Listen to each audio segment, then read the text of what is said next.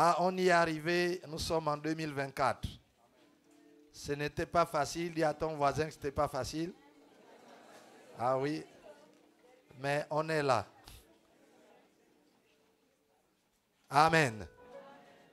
Gloire à Jésus. Alors nous commençons cette année avec quelque chose d'important sur ce que Dieu nous a dit.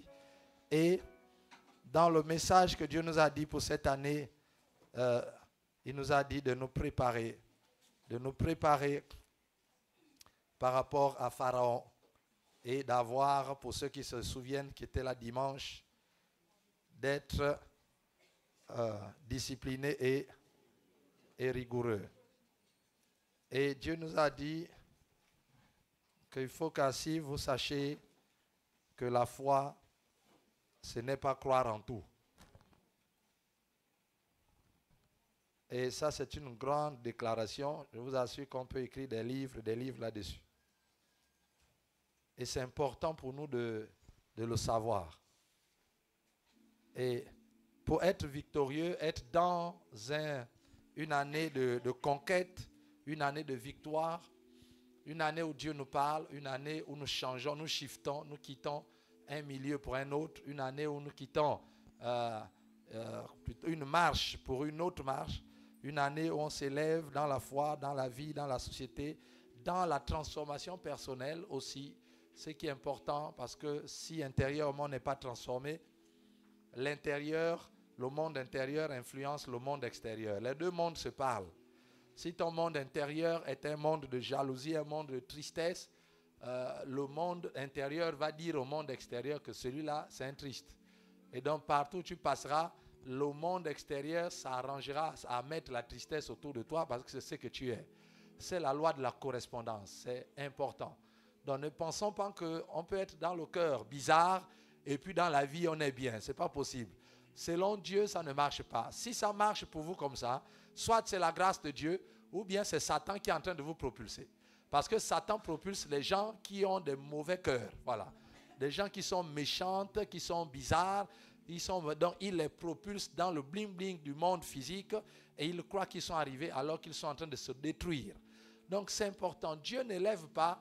Dieu élève. La Bible dit, il faut que tu sois prospère comme prospère l'état de ton âme. Donc si ton âme est dans les tristesses, dans les jalousies, dans les critiques, ton âme ne prospère pas, dans le doute et tout cela, ce n'est pas évident que ta santé prospère ou que tu prospères autour de toi. En fait, ça veut dire que le monde intérieur affecte le monde extérieur. Ou encore, le monde intérieur infecte le monde extérieur. Ça veut dire que si vous avez des virus dans votre âme, si vous avez vraiment de la méchanceté ou si vous êtes vraiment bizarre, triste dans votre âme, quand vous plantez le manioc, pour ceux qui nous suivent, le manioc c'est l'élément principal, donc l'aliment principal du Gabon. Donc je profite à dire pour ceux qui ne sont pas au Gabon, notre aliment principal ce n'est pas le pain, c'est le manioc. Voilà, c'est important. Il faut qu'on revienne au manioc. Amen. Voilà. Donc, si tu plantes les boutures de manioc pendant que ton cœur est triste, en fait, ton monde intérieur, l'état de ton âme affecte la bouture de manioc.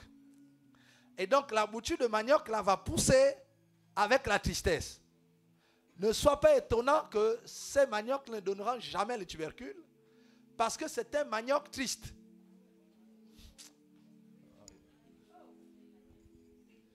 Est-ce que quelqu'un me comprend?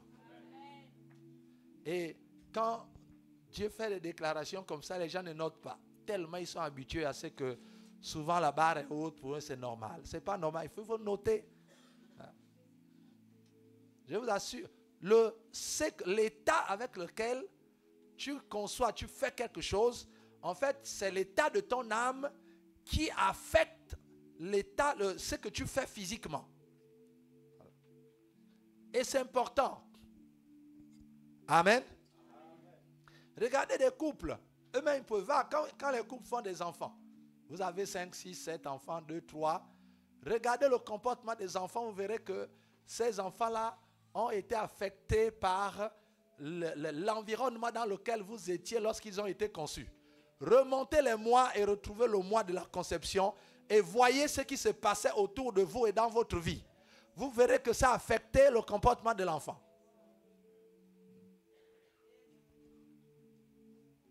Vous allez voir des enfants qui naissent, et ils ont un comportement, l'enfant est toujours renfermé sur lui. L'enfant est toujours, il a peur d'aller vers les eaux, il est renfermé. Il pense, ah mais l'enfant là il est comment?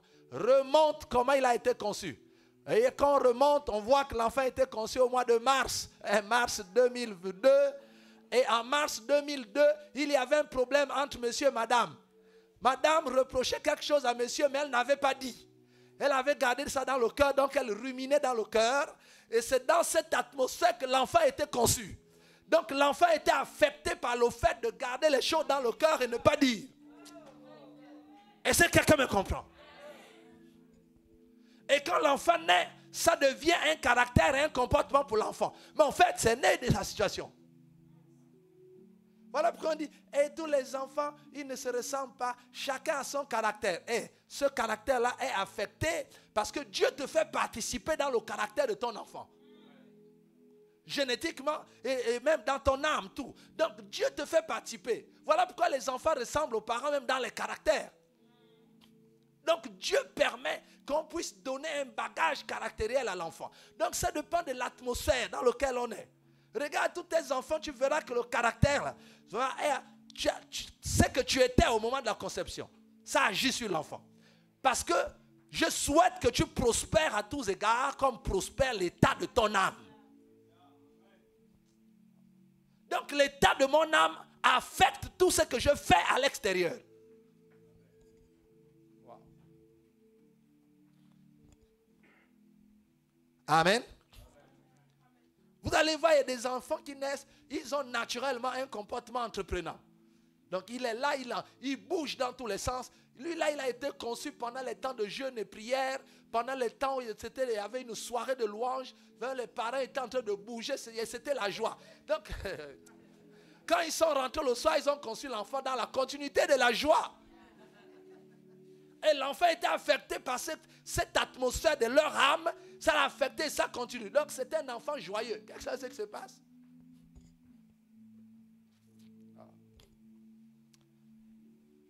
Alléluia. Bon, j'espère que ce silence, c'est que chacun est en train de remonter le temps. C'est très important. Donc, ce n'est pas la prière seulement qui change tout. Oh Seigneur, au nom de Jésus, je déclare que la chose arrive. Elle arrive comment? Quel est l'état de ton âme? Voilà pourquoi 2 ou 3 personnes font la même chose. Il y a un qui réussit, les autres échouent. Pourtant, ils ont fait la même chose. Mais tout dépend de l'état de ton âme.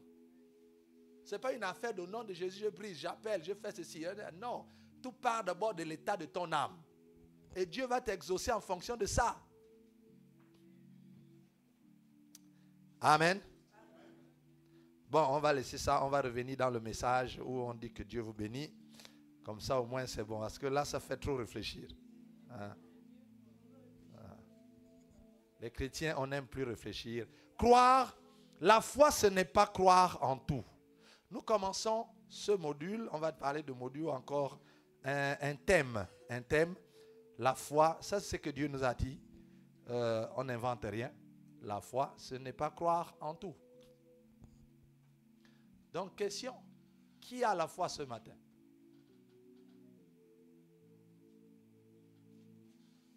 Ah, il faut lever la main. Qui a la foi? Bon, moi, j'ai la foi. Voilà. Nous avons tous la foi, c'est sûr. Maintenant, deuxième question. Vous avez foi en quoi?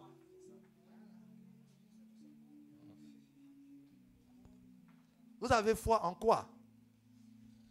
Voyez. Donc nous allons introduire juste ce sujet aujourd'hui.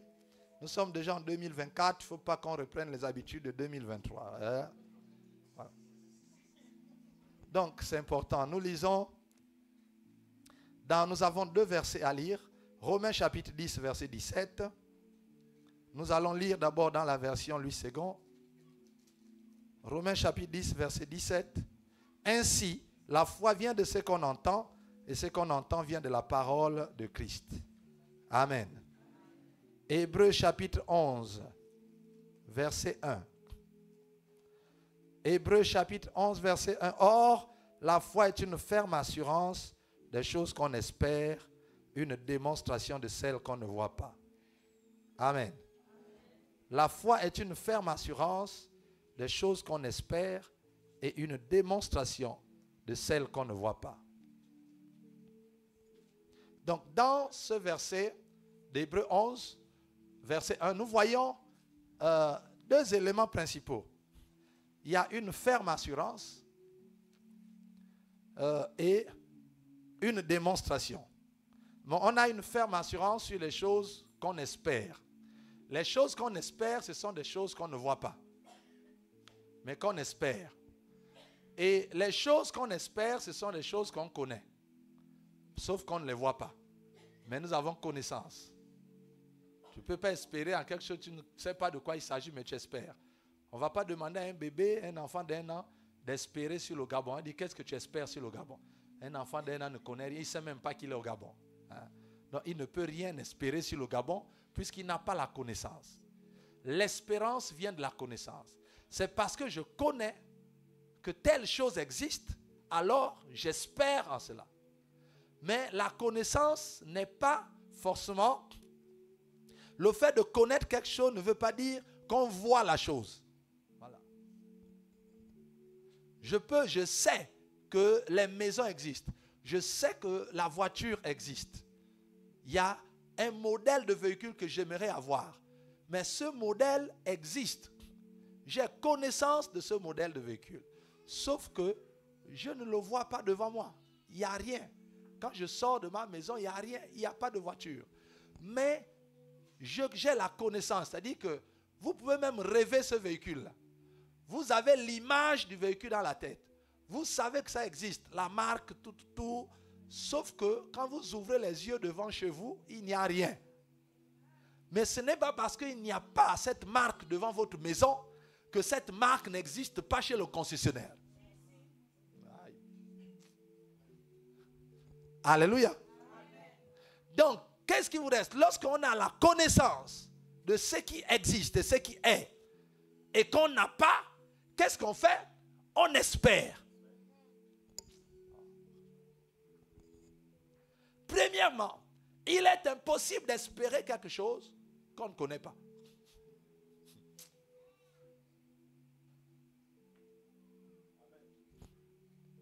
Tu ne sais pas, tu ne visualises pas la chose, mais tu espères quand même. Non. Or, la Bible dit que la foi est une ferme assurance.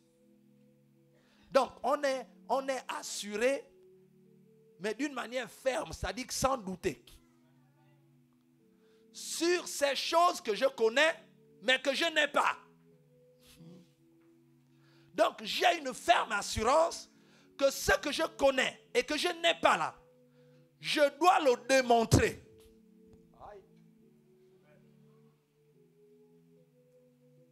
Donc, Dieu m'amène à démontrer ce que je sais que je n'ai pas, mais je dois démontrer que j'ai ça pendant que je n'ai pas.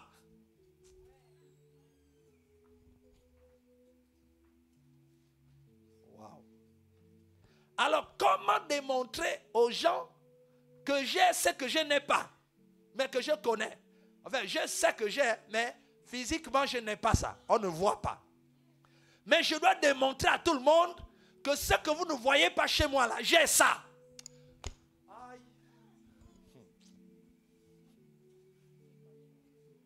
Je dois démontrer, c'est-à-dire la Bible dit que la foi est une démonstration de ce qu'on ne voit pas, mais que j'espère.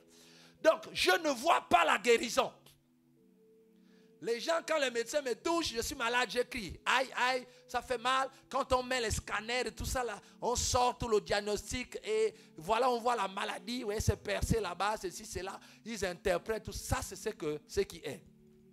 Mais, ma foi est une ferme assurance des choses que j'espère.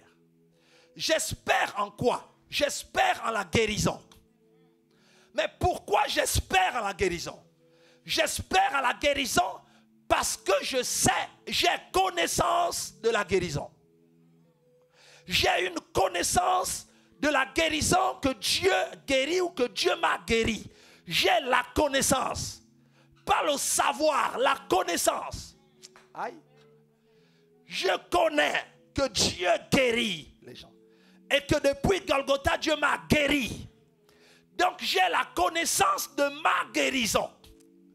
Sauf que quand je vais à l'hôpital, les médecins voient la maladie et on ne voit pas la guérison. Mais j'ai connaissance de la guérison sans la voir.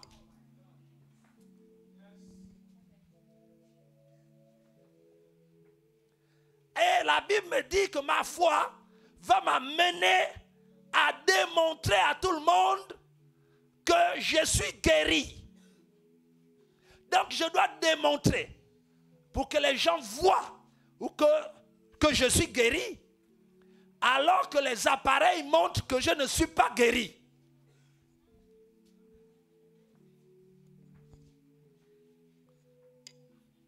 Donc la foi, la démonstration de la foi est une folie. La Bible nous dit dans 1 Corinthiens, dans Romains chapitre 1 je pense, 1 Corinthiens chapitre 1, que la foi est la prédication de la croix est une folie pour ceux qui périssent. Mais pour nous qui sommes sauvés, elle est une puissance de Dieu. C'est la puissance de Dieu. Ça veut dire que la manifestation de la foi amène l'enfer, donc le royaume des ténèbres et le monde à dire, oh mais qu'est-ce qu'il a? Donc les gens te regardent et disent, oh mais c'est pas possible, mais qu'est-ce qu'il a? Mais il a perdu la tête. Quand les démons regardent, mais il a perdu la tête. Le diable regarde, mais il a perdu la tête. Mais qu'est-ce qu'il fait? Tout le monde se demande. Quand le monde regarde, il me dit, qu'est-ce qu'il fait? Mais lui, mais qu'est-ce qui lui est arrivé? Et l'autre côté, parallèlement, quand le ciel regarde ça, ils acclament. Ouais, bravo, c'est ça, c'est ça, c'est ça. Donc vous savez, il y a d'autres, l'autre côté, ils disent, mais lui, mais celle-là, mais vraiment, ça c'est de la folie. Mais on vous disait que les églises là-bas, mais voilà, quelqu'un qui était bien, vraiment. L'enfant là était bien quand on grandissait. Mais regardez, mais c'est il dit n'importe quoi, il parle n'importe quoi. On lui dit qu'il est malade, il dit qu'il est guéri. Mais ça, c'est quelle affaire? Mais ça, c'est la folie. Et on te prend, on dit non, ton église là n'y va plus. Ne prie pas d'abord, calme-toi. Reviens sur. Tu as quand même un master 2, tu as quand même toi aussi. Tu es quand même un scientifique, tu ne peux pas être abruti comme ça. Mais comment tu peux croire aux choses? C'est clair, le scanner a dit que, la radio a dit que, les analyses physico-chimiques, la bactériologique ont dit que ceci a dit, que ceci a dit. Conclusion, voilà. Mais c'est quoi ton problème? Ça, c'est sur la terre. Et l'autre côté, dans le ciel, les anges sont en joie. Sortent des cris, oui, c'est ça, oui, mais c'est ça qu'on attendait depuis. Voilà, donc, d'un côté on acclame, de l'autre côté on te traite de fou. C'est ça la foi. Si vous n'êtes pas dans cette situation, frère, vous n'êtes pas dans la foi. Arrêtez. Parce que la démonstration de ce qu'on ne voit pas, ça, ce n'est pas logique. Parce qu'on ne peut pas démontrer ce qu'on ne voit pas. Puisque tout le mode de fonctionnement scientifique part de l'observation. Qui a créé les axiomes, les ceci, les théorèmes et tout. Ça part de l'observation. Or, l'observation, c'est ce qu'on voit. Or, déjà, c'est que quand on regarde ta vie, on ne voit rien. Donc, si on prend le fonctionnement de la foi, on le cale au raisonnement logique et au raisonnement scientifique, c'est de la folie. Parce que la science commence par l'observation. Or, quand on observe ta vie, on ne voit rien.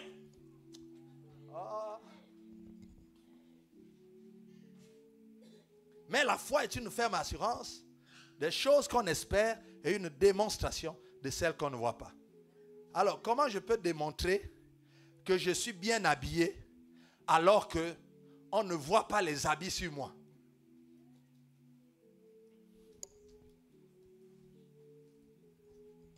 Ça, on récite seulement les versets, c'est une démonstration. Ok, démontrer. Comment on peut démontrer que je suis bien habillé, costard 3 pièces, alors que quand les gens me regardent, il n'y a pas de costard 3 pièces. Mais je dois démontrer que j'ai ça. Et comment je peux démontrer cela? quand quelqu'un est habillé, quand vous voyez le marié là, vous voyez comment il est cintré.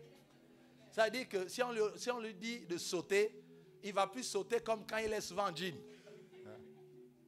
Il va tenir compte des limites du vêtement. Vous voyez? Donc, comment je peux démontrer que j'ai ce que les gens ne voient pas?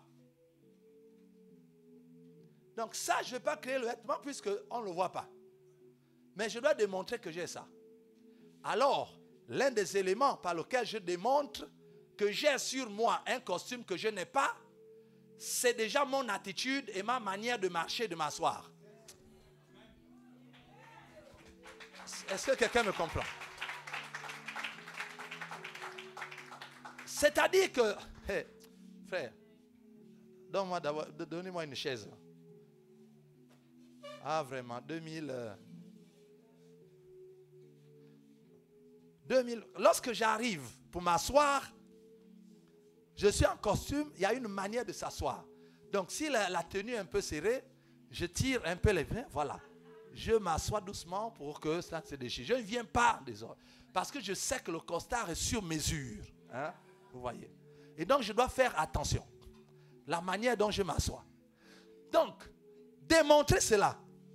Quand quelqu'un n'a pas le costard et qu'il doit démontrer qu'il a ce costard 3 pièces et que tout le monde voit qu'il est en short, hein? Il est en tenue sportive, il est en babouche, mais il doit démontrer qu'il a une chaussure bâclée, il a une chaussure ceci. Qu'est-ce qu'il fait? Ça dit que lorsqu'il arrive, il va s'asseoir. Il faut qu'il démontre et qu'il montre aux gens démonstration de ce que les gens ne voient pas. Donc, il va s'asseoir, c'est-à-dire qu'il tire le jean. Les gens demandent, mais pourquoi il tire le jean? Est-ce que quelqu'un me comprend? Donc, il tire le jean, il essaie de voir, c'est un t-shirt qu'il a, mais il essaie de voir comme s'il était en chemise, cravate, tout ça. Et donc, il s'assoit majestueusement, il a un jean et un babouche. Les gens se disent, mais qu'est-ce qu'il y a? Il dit, non, je ne veux pas me salir parce que on dit, mais ça, c'est la folie. Mais qu'est-ce qui le fait tirer le pantalon pour s'asseoir alors que c'est un jean? C'est parce qu'il a la connaissance du costard. Il a vu le costard qu'il veut, il l'a vu quelque part. Et il a vu les mesures de ce costard. Il sait que le pantalon de ce costard-là, c'est taille 32 ou 35, c'est serré.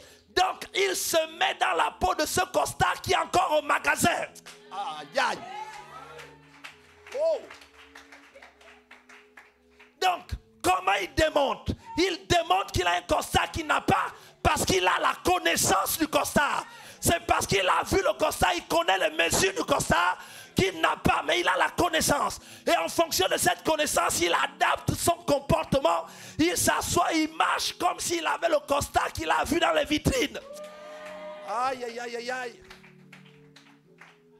Donc, dans la vérité, dans la vie de tous les jours, est-ce qu'il a le costard? Non. Mais dans sa connaissance, est-ce qu'il a le costard? Oui. Puisqu'il connaît les mensurations, il connaît tout. Vous voyez? Donc, c'est... Vous voyez les choses qui sont sur mesure là.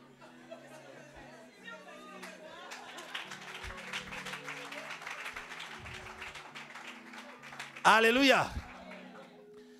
C'est très important. La foi est une ferme assurance des choses qu'on espère et une démonstration de celles qu'on ne voit pas. Vous ne pouvez pas espérer à ce que vous ne connaissez pas. Donc la foi, c'est avoir l'attitude, se mettre dans la peau de ce que vous connaissez et de marcher dans cette peau-là sans que la chose ne soit là. Mais vous avez connaissance.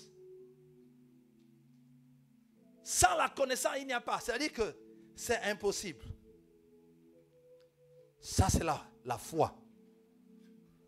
Donc, lorsque je dis que je crois que Dieu m'a guéri, il faut que j'ai connaissance que Dieu m'a guéri. Comment je sais que Dieu m'a guéri? Je dois vérifier ma connaissance de Dieu. Parce que si je n'ai pas connaissance que Dieu m'a guéri, Si c'est seulement, j'ai appris, j'ai entendu quelque part que en fait Dieu guérit les gens. Et j'ai écouté les témoignages des gens qui ont été guéris. Et j'ai dit, moi aussi, Seigneur, moi aussi, vraiment, là, je crois aussi déjà que tu me guéris. Eh bien, ça ne marche pas comme ça. La preuve, c'est que nous disons que nous croyons à beaucoup de choses, mais il n'y a pas de résultat. Parce qu'en fait, nous ne croyons pas. Et nous voyons maintenant que la foi commence par la connaissance. En d'autres termes, quelqu'un qui ne connaît pas ne peut pas croire. Il est impossible de croire lorsqu'on ne connaît pas. Donc, la course dans la vie chrétienne, ce n'est pas d'abord de chercher, Seigneur, je crois que j'ai un mari, je crois que j'ai ceci, je crois, oh, j'ai la foi que ma vie va changer. 2024 est mon année, je déclare, je crois, c'est bien. Mais qu'est-ce que tu connais? Qu'est-ce que Dieu t'a dit? Quelle est la connaissance sur laquelle tu dois te baser et adapter ton comportement, ton attitude, tes paroles, tes actions, tes pensées pour les caler à la connaissance que Dieu t'a donnée afin de commencer à marcher dans cette connaissance de Dieu et démontrer que tu as les choses que tu connais. En fait, ces choses-là, tu les as, mais dans la connaissance. Et maintenant, tu dois les démontrer, c'est-à-dire que tu dois montrer au monde que tu as ça, même si les gens ne voient pas ça. On connaît quoi? Ça, c'est important. Donc, ce n'est pas à venir à l'église. 2024, il faut qu'on change. Dis à ton voisin qu'il faut qu'on change. Ce n'est pas que toute une semaine, tu n'as pas lu la Bible. 2 semaines, rien. La prière, rien. Tu n'as rien entendu. Tu viens au culte, louange, pas concentré. Adoration, pas concentré. Dès qu'un homme de Dieu, un prophète ici se lève pour dire ainsi parle le Seigneur, je sens l'onction dans la salle. Tu dis, là c'est notre tour. Tu te lèves là, tu viens devant, voilà, en toute humilité, avec le comportement religieux qu'on connaît les chrétiens. C'est-à-dire quand il est au fond de la salle, là-bas, il parle fort. Mais dès qu'il vient ici devant là, tu vois, tout le monde est religieux. Oh, je reçois. Et il pense que je ne vois pas ça, c'est un ministère prophétique. Quand tu regardes, l'esprit dit que lui là c'est un rebelle. C'est vrai. Mais il est là tout doux. Parce qu'il veut recevoir.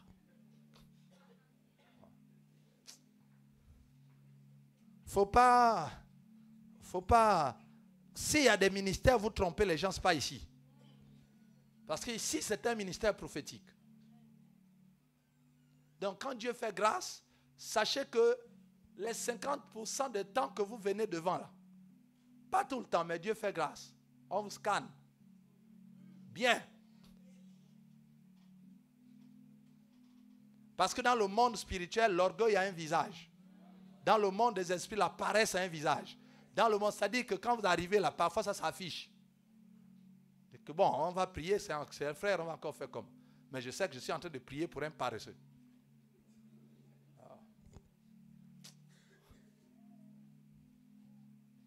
Attention, la foi vient de ce qu'on entend. Ouais. Nous comprenons qu'en fait, sans connaissance, on ne peut pas réellement croire. La foi de Dieu, sans connaissance, il n'y a rien. Le deuxième verset, Romains chapitre 10, verset 17, nous a dit que la foi vient de ce qu'on entend, et ce qu'on entend vient de la parole de Christ. Voyez? Donc, la foi, là, ce n'est pas quelque chose que je crée moi-même. Ce n'est pas parce que je dis je crois que j'ai la foi. Non. Ça, c'est l'automotivation. Et puis on se motive, je crois. Voilà, on fait un peu du développement personnel. Je crois. Ça, c'est les gens qui font le développement personnel. Crois positif. Voilà, pense positif. Et puis les choses positives vont arriver. Ça, ce n'est pas la foi. Ça, c'est du développement personnel. Calibre tes pensées, et puis les choses bonnes vont arriver. Ok, ça, c'est des conséquences. Là, ça, ce sont des sciences humaines. Ce n'est pas la spiritualité. Donc, ce n'est pas en disant je crois que j'ai la foi. Non. La Bible dit que la foi vient. On s'arrête là d'abord. La foi vient. Si la Bible dit que la foi vient, ça veut dire qu'elle n'était pas là. Puisqu'elle vient, ça veut dire qu'elle doit partir de quelque part pour arriver jusque chez moi. Donc moi-même là, je ne peux pas créer la foi. Je ne peux pas m'auto-persuader que j'ai la foi. Ce n'est pas possible. La foi, je peux croire à ce que je veux. Je crois en tout. Comme Dieu a dit que croire en tout, c'est bon. Les gens peuvent croire en tout. Mais la foi de Dieu, elle vient. La Bible dit que la foi vient. Ça veut dire que je dois être dans des dispositions pour recevoir la foi, pour appeler la foi. Je dois l'appeler afin qu'elle vienne. Et quand elle vient, je dois être dans les dispositions de la recevoir. Parce que la foi, ce n'est pas pour moi. Ce n'est pas moi qui la fabrique. Personne d'entre nous n'a la foi. Tout ce que nous avons nous a été donné. La Bible dit que Jésus est l'auteur de la foi. Ça veut dire que personne ne peut avoir la foi si Jésus ne lui a pas donné. Arrêtez de faire de la religion.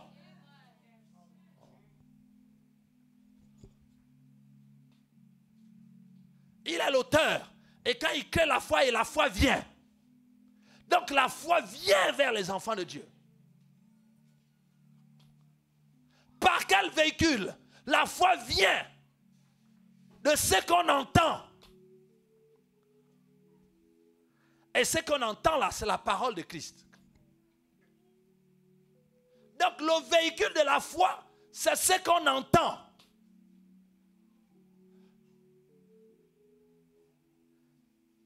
Or, l'entendement à deux niveaux.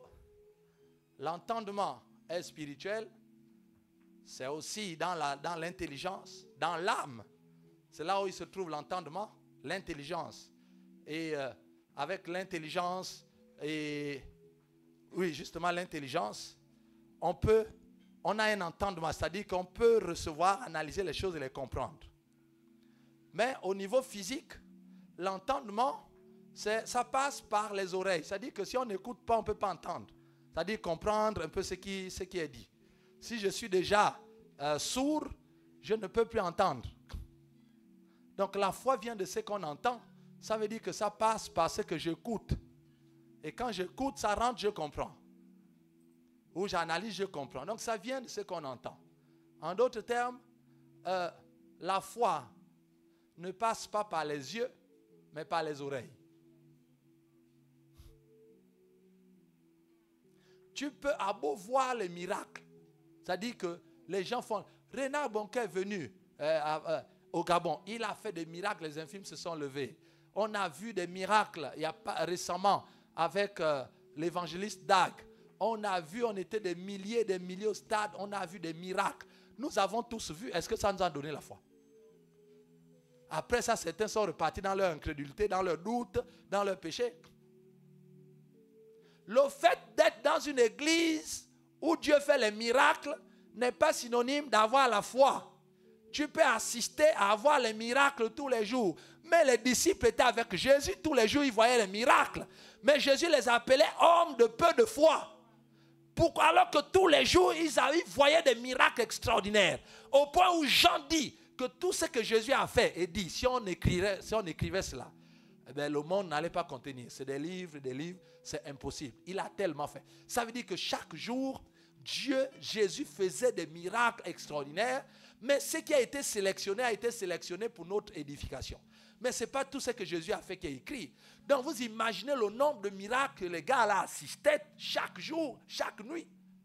Mais à la fin, Jésus les appelle hommes de peu de foi. Et à la fin de tous les 3 ans, il dit encore à Pierre, quand tu seras affermi. Donc le gars a fait 3 ans de miracles journaliers. C'est-à-dire que chaque jour, il y a des miracles. Mais à la fin de 3 ans, Jésus lui donne le diplôme, pas de moyenne. Il dit, bon, maintenant, l'année prochaine, quand tu vas faire les rattrapages avec le Saint-Esprit, quand tu auras, donc la deuxième session, avec le Saint-Esprit, quand tu auras la moyenne, donc, va rappeler tes frères. Parce que là, le bac, là, tu as raté. Donc maintenant, on attend quand l'Esprit viendra, tu vas faire l'oral avec lui. Et il t'enseignera toutes choses. Et quand tu seras affermi tes frères. Donc ça veut dire que si déjà Pierre lui-même à qui on a remis les clés, il n'était pas, Dieu espère même qu'il soit affermi. Et il dit quand tu seras affermi tes frères. Donc en fait même Jésus voit que les autres là sont même encore plus loin. C'est-à-dire que si Pierre a un œuf fort, hein, si quelqu'un me comprend, ceux qui avaient les 9 forts,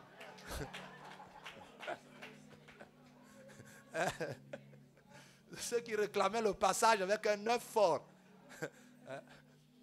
Ça veut dire que les autres disciples, ils étaient dans les 6, les 4 de moyenne. Jésus dit que au moins toi qui es là, quand tu seras affermi, quand tu vas passer à 10, va rattraper tes, parce que là-bas, c'est la totale. 3 ans de miracles. Les gars, ils ont vu Jésus marcher sur le lait, ils ont tout vu. Mais la foi, zéro. Et la foi n'est pas communiquée par les ministères des gens. La foi n'est pas communiquée par les églises. Arrêtez de dire, je suis dans une grande église. Notre église, c'est 2000 personnes. C'est pas ça. Est-ce que tu as la foi? Oh, notre pasteur, vraiment, il est puissant. D'accord, mais est-ce que toi, tu as la foi? Ce n'est pas la puissance du pasteur qui va te donner la foi. La Bible n'a pas dit que la foi vient de la puissance des hommes de Dieu. Ou la Bible n'a pas dit que la foi vient de l'onction. Non, la Bible a dit que la foi vient de ce qu'on entend. Donc, ça veut dire que Dieu fait passer la foi par tes oreilles.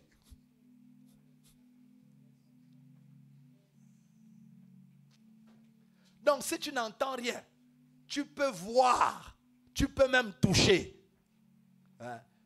Pierre a dit ce que nous avons vu, ce que nous avons touché. Ça veut dire qu'ils ont touché Jésus, mais à la fin, ils n'avaient pas la foi. Tu peux toucher l'homme de Dieu, prendre son sac, il souffle sur toi, tu tombes, tu te relèves, il prophétise. Tout cela, tu es dans une église, dans un grand ministère, où tu es la fille d'un homme de Dieu reconnu dans le monde entier, puissant. Ou bien tu t'es inscrit dans les mouvements internet, le mouvement des amis de tel pasteur, les amis de tel pasteur. Vous avez créé des groupes comme ça. Voilà. Parfois, le pasteur là n'est même pas au courant qu'il a un mouvement des amis au Gabon. Mais vous êtes là-dedans. Vous appelez les grands hommes de Dieu qui ont l'onction papa. Tout ça là, ça n'amène pas la foi. Vous prenez des offrandes pour envoyer au Congo, au Cameroun, partout, chez vos papas internationalement connus. Vous voulez vous greffer à leur onction pour vous hisser au perchoir du monde. Ça, malgré tout cela, les grosses offrandes, l'offrande n'amène pas la foi. Ça amène autre chose, mais pas la foi.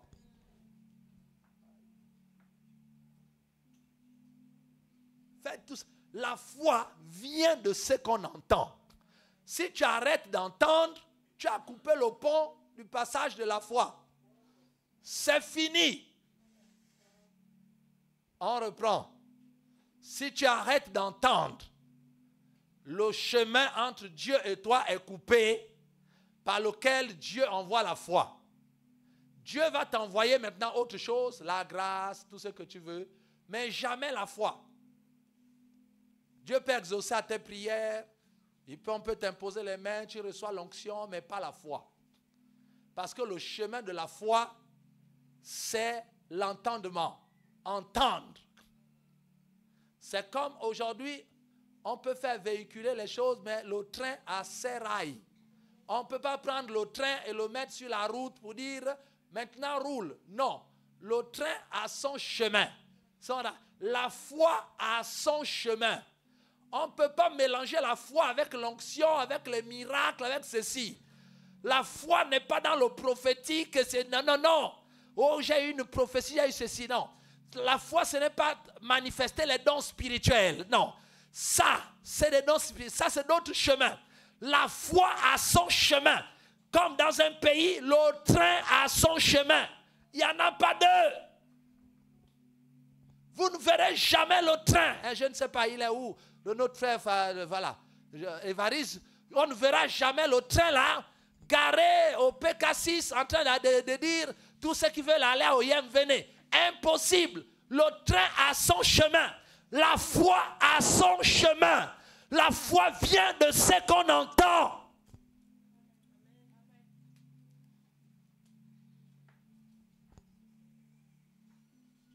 Comment on peut dire ça en langue? Je ne sais pas, en Pounou, en Zébi. Il faut traduire. Pour ceux qui savent, traduisez aux autres parce que peut-être que le français, on n'entend pas bien.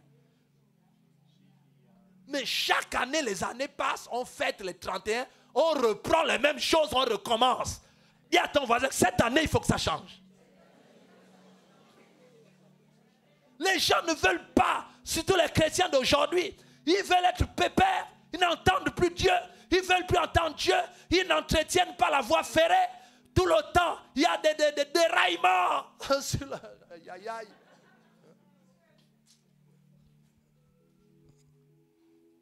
Mais il veut le miracle. Seigneur, tu as dit, cette année à la même époque, tu vas faire. Oh Seigneur, je crois que ce que ta bouche a dit, ta main l'a accompli. Sa bouche a dit quoi?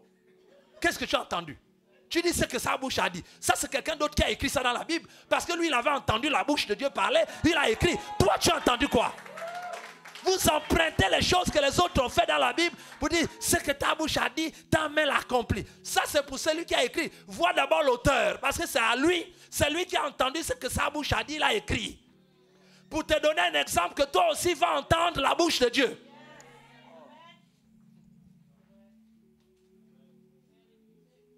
Ce que ta bouche a dit, ta main l'a accompli. Là, depuis là que tu pries, sa main a accompli quoi?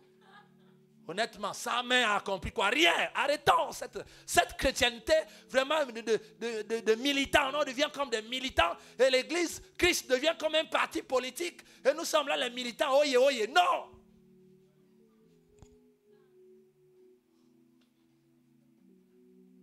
En train de citer des versets, des slogans. La foi vient de ce qu'on entend. Elle vient d'abord. Elle vient de quelque part. Ça veut dire que quelqu'un doit parler pour que tu entendes, et dans ce que tu entends, la foi vient. Voilà le chemin de la foi. Si tu te coupes de ça, mon frère, tu deviens religieux. C'est fini. Dans ce qu'on entend, et ce qu'on entend vient de Dieu, ça vient de la parole de Dieu, nous dit les Écritures. Mais ce n'est pas de la parole de Dieu, mais de la parole de Christ. Et j'avais enseigné ici il y a quelques années que la parole de Dieu et la parole de Christ, c'est différent. C'est ça, non? Eh bien, j'avais raison. Ah, il pensait qu'on devait changer. Maintenant, oui. Non. La parole de Christ, c'est différent. La parole de Christ, on l'entend. La parole de Dieu, on la lit. Parce que Dieu a parlé une bonne fois pour toutes et il a écrit ce qui était nécessaire pour nous. Et à chaque fois qu'on ouvre sa parole, on a ce que Dieu veut, on a la volonté de Dieu. À chaque échelle et dans tous les temps, la parole de Dieu est éternelle. Ça veut dire qu'elle englobe nos temps. Quels que soient les temps dans lesquels nous serons sur la terre, la parole de Dieu est toujours vraie et restera vraie. Donc en fait, Dieu n'a plus à parler et écrire encore. Tout ce qu'il a écrit là est suffisant pour toute l'humanité. Tout le monde y trouve son compte. C'est un livre où Dieu a écrit à tous et à chacun. La Bible est une lettre de Dieu à tous et à chacun. Donc quand on le prend et que tout le monde lit, si tout le pays prend la Bible, on lit, on va dire que Dieu parle au Gabon. Et si les gens de Sive prennent la Bible, on lit, Dieu parle à Sive. Et toi-même dans ta maison, si tu prends la même Bible, tu lis, Dieu te parle à toi. Sur la même parole. C'est vrai à chaque échelle. Donc en fait, Dieu n'a plus à écrire un autre livre. Puisque celui-là est complet. Maintenant, ce dont on doit entendre, c'est plus Dieu qu'on doit entendre en tant que Dieu. Parce que Dieu a fini d'écrire.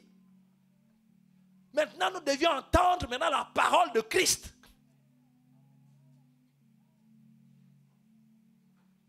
La parole de Christ, où Dieu agit par le Saint-Esprit, pour nous expliquer, parce que Christ, c'est le Saint-Esprit qui agit. C'est l'Esprit de Jésus-Christ. Il a dit, je ne vous laisse pas orphelin, je reviendrai en vous par mon esprit qui habitera en vous. Voilà pourquoi dès qu'un enfant de Dieu se convertit, dès qu'on se donne à Dieu, la première chose que Dieu fait, c'est de nous donner son esprit. Parce que sans ça, tu n'entendras rien du tout. Et si tu n'entends rien, tu n'auras pas la foi. Si tu n'as pas la foi, il n'y a pas de miracle, il n'y a pas de force, il n'y a pas de capacité. Tu ne peux pas résister, tu ne peux rien faire. Tu deviens un bon religieux qui va vivre dans le péché et qui finira par aller en enfer. Parce qu'il est difficile de quelqu'un qui n'a pas l'Esprit de Dieu d'aller au ciel. J'ai l'impression que même ça n'existe pas. pas l'impression, ça n'existe pas. Tous ceux qui sont conduits par l'Esprit sont fils de Dieu. Lesquels sont nés ni de la volonté de la chair ni du sang, mais de la volonté de Dieu. Qui? Esprit. Qui habite en nous. Et lorsque Jésus reviendra, nous serons enlevés. Qui va nous conduire? C'est le même esprit. C'est parce que Jésus va retirer son esprit qui est en nous, mais comme son esprit est déjà en nous, il va nous amener aussi. Nous allons partir parce que Dieu retire son esprit qui est en nous. Mais comme son esprit nous a déjà habillés, et qu'entre lui et nous, il n'y a plus de différence, c'est le Christ. Il y a déjà un mélange entre mon esprit et l'esprit de Dieu qui habite dans mon esprit. Donc il y a une fusion. Ça veut dire que quand Dieu retire son esprit, et comme son esprit s'est amalgamé à mon esprit. Donc quand l'esprit de Dieu va repartir, moi aussi il m'amène. Si tu n'as pas l'esprit de Dieu, tu vas arriver au ciel comment? Ou les païennes et les païens qui ont l'habitude de dire bière à la main et alcool à la main, nous tous, vous nous verrez au ciel. Quel ciel? Tout le monde va aller à la présidence, non? On est déjà allé. Qui de nous là, on va dire tu es invité à la présidence, va dire je ne pars pas. Tout le monde va aller là-bas, mais personne ne peut. On passe seulement devant, on regarde. Donc, le fait de vouloir aller au ciel ne veut pas dire que tu iras. C'est bien déjà de vouloir, mais il y a des critères. Là-bas, c'est l'Esprit de Dieu qui nous fait rentrer. Parce que c'est chez lui.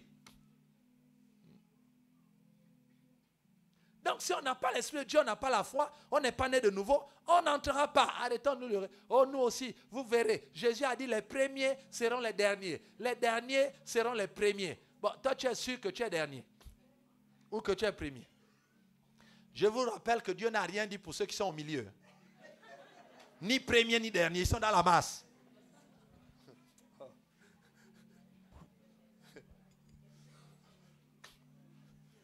C'est important. Donc, les premiers, les derniers, là. Maintenant, tous ceux qui sont toujours dans la masse, là, qui suivent toujours les gens, ils sont là-bas, ils sont là-bas. Ils ne sont ni derniers, ni premiers, ils sont toujours là dans la masse, en train de... Ceux-là, je leur ai dit que... Donc, pendant que les autres échangent, eux, ils sont là. Mon frère, dis à ton voisin que démarque-toi. C'est très important. C'est très important. Ceux qui sont toujours au milieu. La foi vient de ce qu'on entend, et ce qu'on entend, c'est la parole de Christ. Donc la parole de Christ qu'on entend. Et c'est en entendant la parole de Christ qu'on reçoit l'espérance. Parce que la parole de Christ nous fait visualiser les choses que nous avons, mais que nous ne voyons pas encore. Lorsque tu lis la Bible, la parole de Dieu, alors de la parole de Dieu, tu vas entendre l'Esprit de Dieu parler et te dire, je t'appelle pour les sommets. Or, le verset que tu lisais, ce n'est pas écrit, aller au sommet. C'était écrit, tu étais en train de lire le verset où c'est écrit, les premiers seront les derniers seront les premiers. Et voilà, je ferai de toi la tête et non la queue, en haut et non en bas. Pendant que tu es en train de méditer sur ce passage, Seigneur, qu'est-ce que tu veux me dire? Tu entends dans ton esprit une voix qui n'est pas vraiment une voix, mais en même temps c'est une voix. Donc tu comprends déjà ce que ça veut dire pour ceux qui ont l'expérience. Les autres, ce n'est pas grave, vous verrez quand ça arrivera. Et qui te dit, dans ton entreprise, je vais t'amener au sommet. Sur la base de qui? Vous serrez la tête et non la queue, en haut et non en bas. Donc, en lisant la parole de Dieu, j'ai entendu l'Esprit de Dieu me parler. Donc, la parole de Dieu a permis à l'Esprit de Dieu de personnifier et de personnaliser le message, d'individualiser le message et d'adapter le message à ma vie. Je suis où? Je suis dans une entreprise. Et je travaille dans une entreprise. Ça fait des années, je suis brimé parce que je suis chrétien. Les chefs, ce sont des satanistes ou encore des bouitistes, je ne sais pas trop. Ils sont contre moi. Ou bien, voilà, et je suis piétiné. Maintenant, en lisant la parole de Dieu qui parle de la tête et non la queue. Et pendant que j'étais en train de lire, j'ai ouvert la parole, j'ai lu. Et en lisant, alors une voix retentit dans mon esprit. Une voix qui me dit, dans ton entreprise, je t'amènerai au sommet. Ce que la voix m'a dit là n'est pas un verset biblique. Mais ce que la voix m'a dit, et la voix tire cela d'un verset biblique. Mais ce n'est pas un verset biblique parce que le Saint-Esprit maintenant contextualise la parole sur ma vie. Ce n'est plus la parole de tout le monde, mais là c'est maintenant ma parole à moi. Dieu a dit à toute l'humanité que tous ceux qui croiront en lui, il fera de la tête et non la queue. Quiconque croit en Jésus sera la tête et non la queue. Il sera en haut et non en bas. Ça, c'est la promesse pour tous ceux qui croient en Jésus. Mais moi, au 7 de janvier 2024, quand j'ai relu ce passage seul, ou pendant que j'écoutais la prédication à l'église, Dieu parlait, j'ai entendu Dieu me parler à travers la prédication en disant ce verset-là, pour toi, je vais l'utiliser pour t'élever dans ton entreprise. À côté de toi, il y a une sœur. Elle va entendre le Saint-Esprit, utilisant le même verset, dire à la sœur, toi, c'est ton année de mariage. Je t'amène au sommet du mariage et je vais briser les autels familiaux qui bloquent les mariages chez vous. Tout ceci est parti sur le même verset que le prédicateur est en train de prêcher. Mais nous n'avons pas entendu la même chose parce que le Saint-Esprit a contextualisé la parole en fonction des cas de chacun. Donc, avec le même verset, quand nous sortons du message, la sœur qui était à côté de moi sort avec la foi du mariage. Et moi, je sors avec la foi de l'élévation dans mon entreprise. Nous avons reçu toute cette foi-là sur la base d'un seul verset biblique par lequel le Christ a parlé. Hey.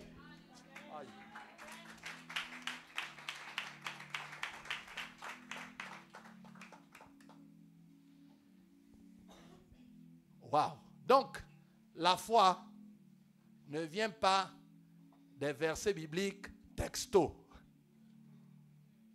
Non. Ce n'est pas le texto, ce n'est pas le littéral qui donne la foi. Mais c'est ce que le Saint-Esprit, c'est l'adaptation que le Saint-Esprit en fait des versets par rapport à ta vie. Ce que tu entends là, venant de Dieu, c'est ça qui amène la foi.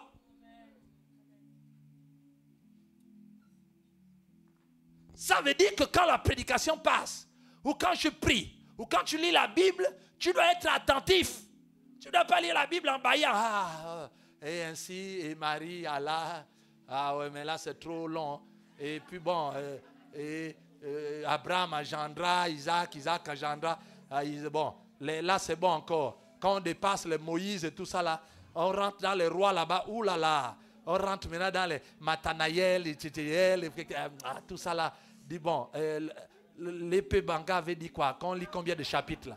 Bon, moi, en tout cas, les trucs, les noms là, bon, moi, je vais sauter ça. En tout cas, Dieu ne peut rien me dire dans les noms là. Il y a beaucoup de noms comme ça là. Bon, allez, on va aller au chapitre 3. Chapitre 3. Au temps du roi Hérode, on dit que voilà, c'est ça la parole. Voilà, le reste là, ça c'est...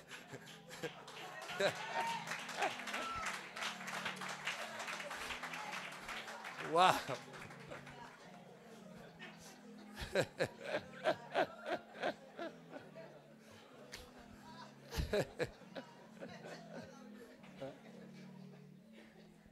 C'est terrible. Il y a des gens qui choisissent les chapitres et les versets, donc ça c'est dur. Hein? Quand on arrive dans l'Apocalypse, là, il lit seulement jusqu'au chapitre 4. Et il écrit à l'église de ceci, l'église de cela. Dès qu'on dit une porte s'est ouverte dans le ciel, et j'ai vu le ciel, et j'ai vu les 4 êtres vivants, et qui avaient des yeux à gauche, à droite, partout sur tout le corps, et ils avaient des ailes, ils avaient la face de bouc. Oui, il y a la face de bouc devant Dieu, il y a la face de l'aigle, il y a la face. Donc il n'y a pas que, devant Dieu, ce n'est pas seulement les dessins qu'on voit dans les livres chrétiens là. Où tout, il n'y a que les anges avec les belles figures et tout ça là. Il y a les faces de bouc. Mais notre bouc là a 2 yeux. Hein? Même le bouc des francs-maçons là n'a que 2 yeux. Hein? Mais notre bouc qui est au trône, la Bible dit qu'il a les yeux partout.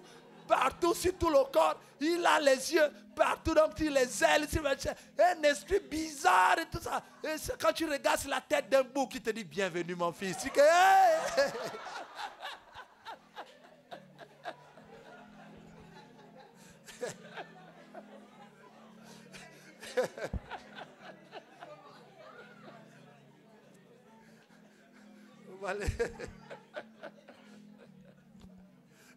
Non, il y a des gens, quand ils lisent, ils sautent ça. Il va seulement là, on dit, et le 4e être vivant avait la face de l'homme. Il dit, ah oui, oui, là je vois le nez, les oreilles, c'est nous-mêmes. Voilà, le reste là quand même, Dieu. Non, tu es en train de rater les choses. La foi vient de ce qu'on entend. Et le Saint-Esprit parle sur toute sa parole. En fait, ce qui a été sélectionné parce que c'est un condensé. C'est-à-dire, derrière chaque mot qui est dans la parole de Dieu que nous avons aujourd'hui, se cache un trésor. Beaucoup de choses que Dieu a condensées. C'est comme un sirop concentré. C'est-à-dire qu'au fur et à mesure qu'on ajoute l'eau, ça s'agrandit et c'est toujours sucré. Et on peut boire. Ça, au départ, c'est une petite bouteille, mais très concentrée. La Bible est un concentré. C'est-à-dire que sur chaque verset, vous pouvez ajouter de l'eau quand vous voulez, ce sera toujours sucré. Il y aura toujours des révélations. Révélations. La parole de Dieu est élastique. Ça veut dire qu'à chaque fois que tu tires sur l'élastique, ça s'étend toujours. Tu prends un seul verset, tu tires, ça s'étend, ça ne s'arrête jamais. Il y a toujours et il y aura toujours des révélations. Un seul verset, nous n'avons pas, notre vie est insuffisante pour en connaître toute la profondeur. Un seul verset. Donc, arrêtez de dire que ça, on avait déjà lu. Oh oui, ça là, l'année passée, j'avais déjà lu. L'épée Banga veut encore qu'on relise. Bon, là, maintenant, je vais survoler parce que la fois dernière, j'avais lu. Non. De 2024, on tire encore. Ça, c'est large. Donc, tu ne peux pas dire que tu connais déjà. Arrêtons ce mensonge du diable. Lorsqu'on parle d'aujourd'hui, on va parler de la foi. Oh, la foi, je connais.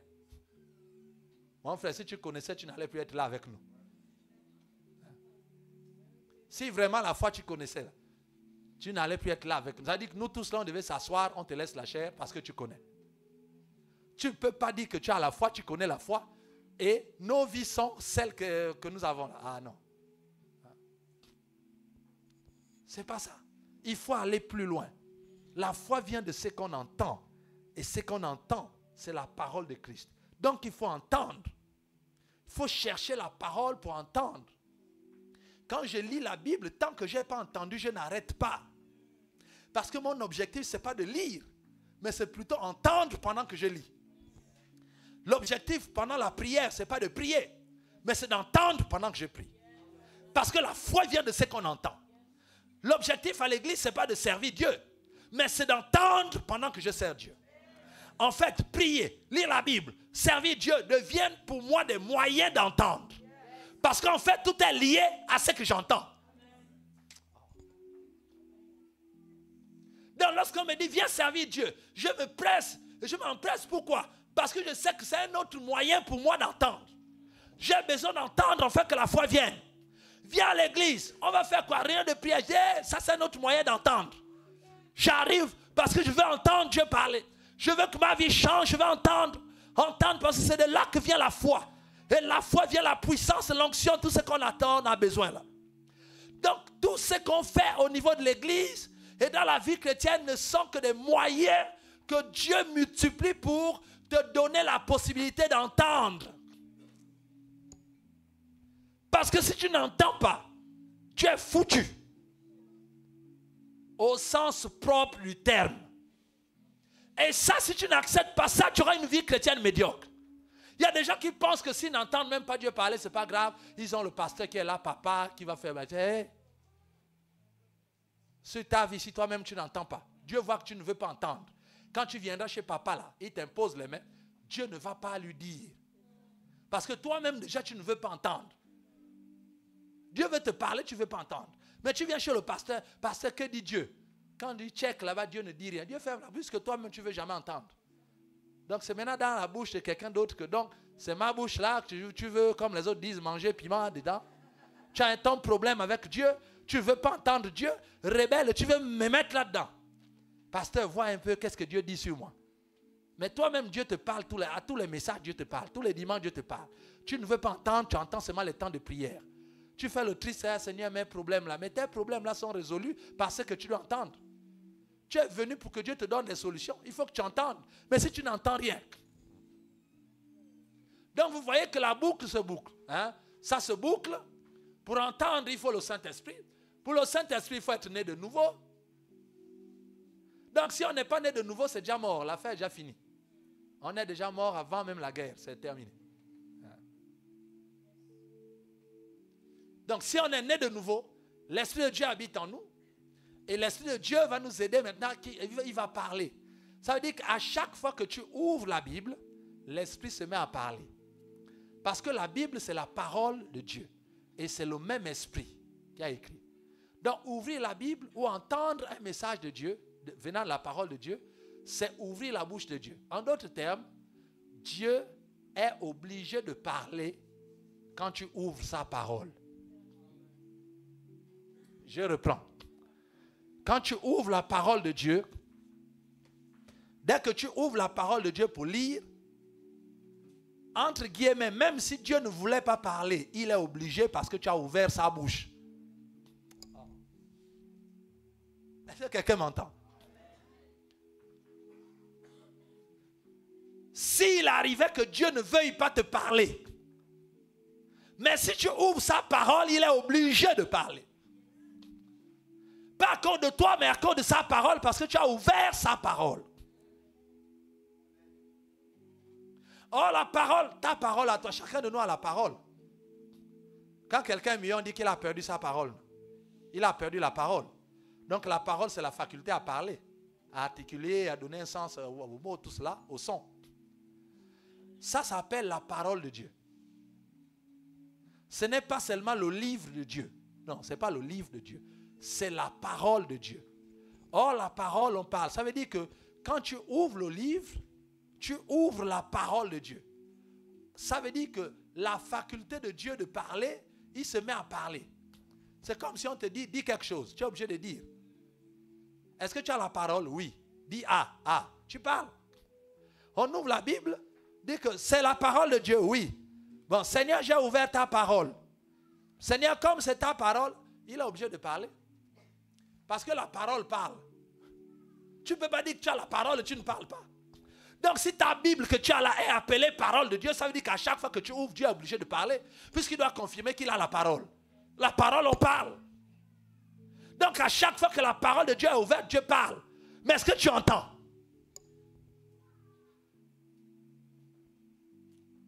Il y a des gens qui repartent avec les problèmes. Oh, c'est le culte, il n'y a eu rien. On n'a rien fait. Il n'y a eu rien. Dieu t'a répondu.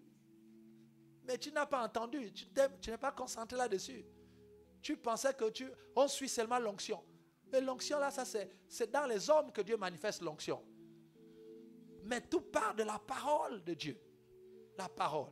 Alors dis à ton voisin que dépoussière la Bible en 2024 et lis.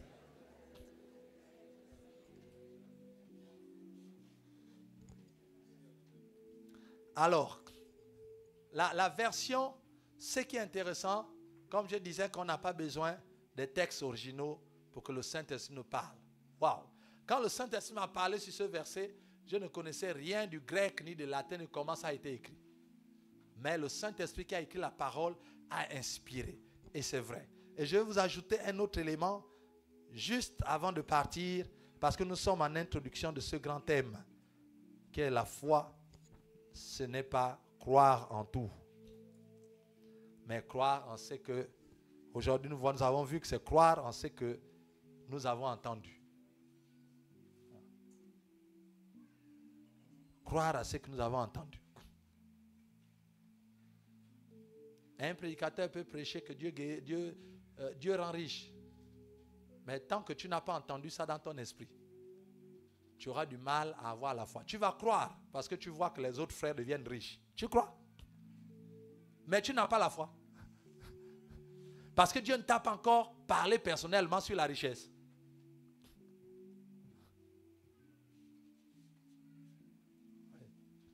C'est important. La foi vient de ce qu'on entend et ce qu'on entend vient de la parole de Dieu.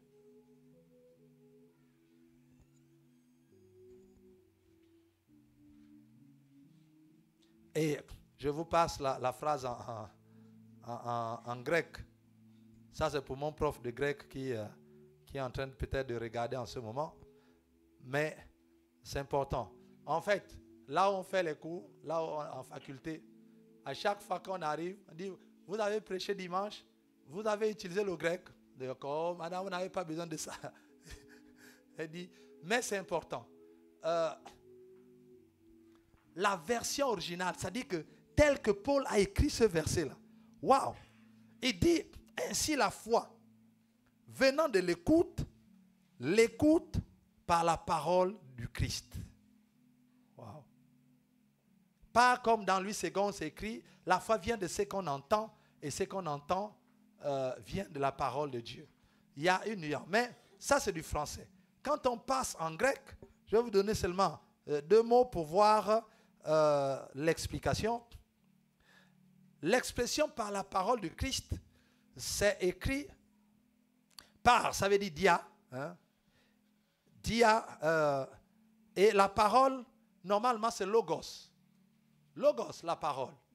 Mais ici, sur ce verset, Paul n'a pas écrit logos, qui est la parole de Dieu, comme nous l'interprétons en français.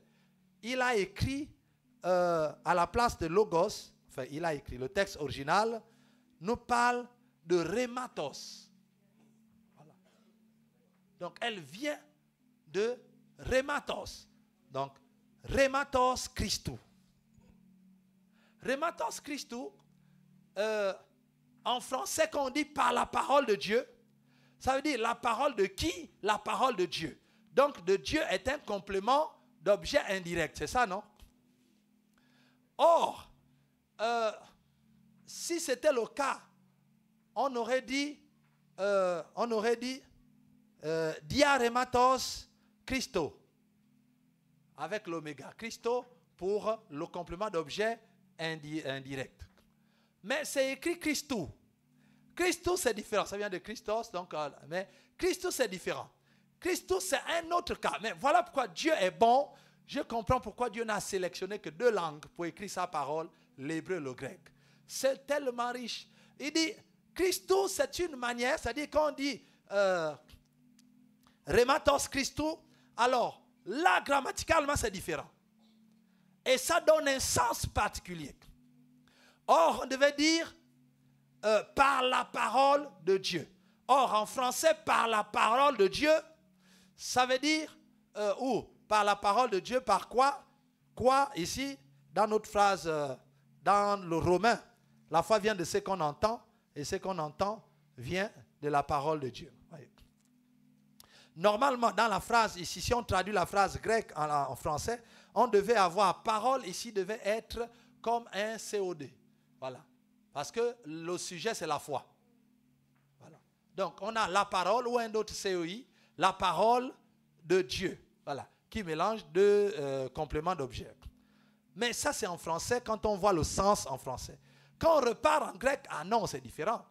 On parle, la parole ici est maintenant mise au sujet. Voilà. Rhématos, ça montre que c'est le sujet. Donc, en fait, la parole ici, dans la 2e phrase, le 2e trait de la phrase, la parole devient sujet et non complément de la foi. Donc, on parle que la foi vient de la parole, point, et on dit par la parole. Donc, la 2e phrase commence par la parole de Christ. Donc, du coup, la parole elle-même devient sujet. C'est plus même un complément de la foi. Non, la parole elle-même, de qui? De Christ. Or, Christ ici, il y a quelque chose qui existe en grec, c'est qu'on appelle le génitif. C'est-à-dire, lorsque quelque chose t'appartient. Quand quelque chose appartient à quelqu'un, il y a une manière d'écrire.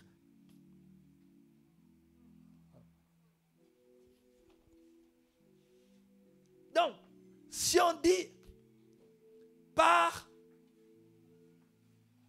si je dis par la voiture, je peux faire 2 phrases. On est parti avec la voiture du pasteur stagiaire Chrysos. Voilà. Mais je peux aussi dire la même chose. On est parti avec la voiture du pasteur stagiaire Chrysos. En français, c'est la même chose. Mais en grec, ça va être différent. la première phrase, on est parti par la voiture du pasteur stagiaire Chrysos. Ça, c'est le moyen.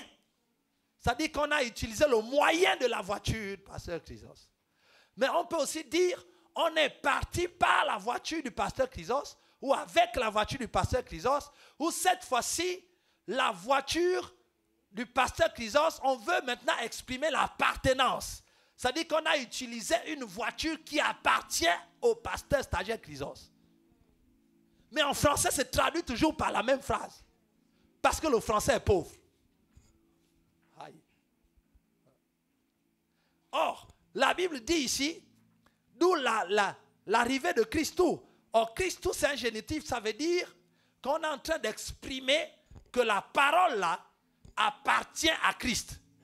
Pas la parole de Dieu ou la parole de Christ comme complément d'objet indirect en français. Non. Là, on exprime le génitif, c'est-à-dire l'appartenance. Et on est en train de dire, Paul nous dit qu'en fait, la foi vient de ce qu'on entend. Et ce qu'on entend là, c'est la parole qui appartient à Christ. Ça veut dire que toute autre parole qui n'appartienne pas à Christ n'amène pas la foi.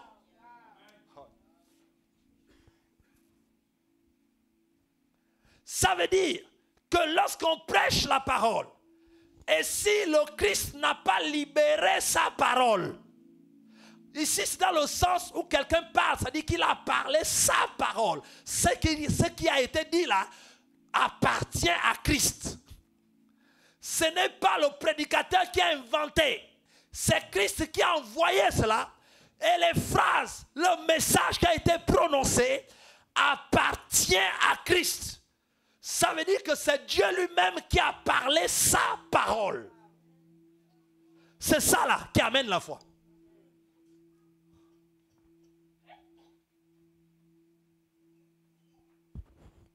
Pendant la prédication, je parle la parole de Dieu. Mais tout ce que je dis dans la prédication n'est pas la parole de Christ. Ça veut dire que Dieu ne va pas vous parler et me parler sur tout ce que j'ai dit ici dans la prédication. Parce qu'il y a des moments où j'ai pris les exemples, on a rigolé, on a tout ça là, ce n'est pas la parole de Christ. Mais dans tout ce qu'on a dit, il y a la parole de Christ. C'est-à-dire qu'il vient tout droit de la révélation, Rhématos, que je n'ai pas inventé, que je n'ai pas travaillé, mais qui est sorti de Christ. Ça lui appartient et je n'ai fait qu'amplifier. Ça là, si vous saisissez, c'est ça qui parle aux gens. Et c'est ça qui amène la foi. Il y a des gens dans les prédications qui ne retiennent que la parole du pasteur. Qu'est-ce qu'on a dit? Ils vont seulement répéter, faire des blagues sur les illustrations que le prédicateur a prises. Non, mais le pasteur, dans son message, il a parlé du président de la République, il a parlé des femmes qui ne sont pas mariées. Ça, c'était des exemples. Ce n'est pas ça la parole de Christ. Qu'est-ce que Dieu a dit? Sur la base de sa parole, ou dans le message, tu as senti les frissons quand ça arrivait. Tu as senti que là, ce n'est plus le pasteur, mais c'est Dieu qui me parle. C'était quoi?